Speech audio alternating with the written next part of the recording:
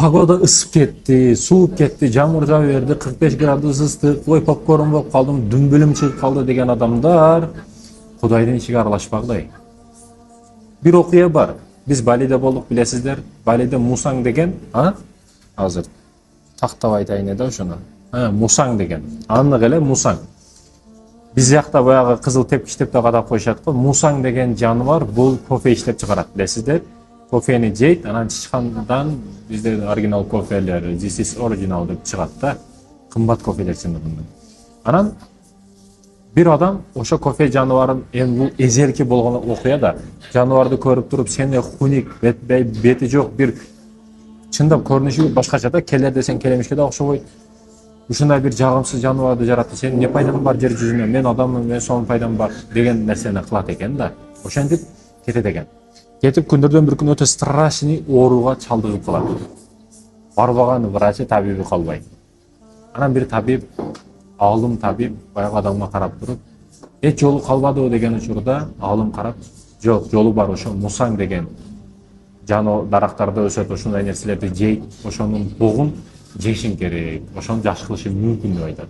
Анан барып, ошо Мусаң деген жаныбарды издеп табып барып, каякта ошо дарактарда, токойлордо болот деп издеп табып келип, ошонун бугун терип 40 күн жейт экен да.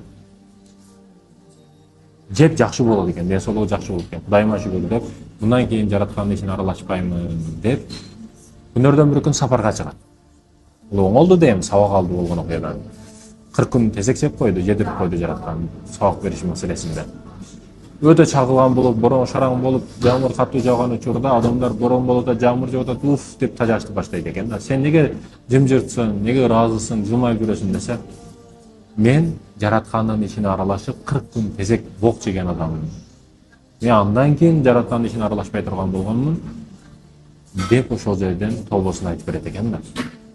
Адам жаңактын дарагын астында жатат экен да. Өтө таң калыш менен аш кабактар жерде өсөт.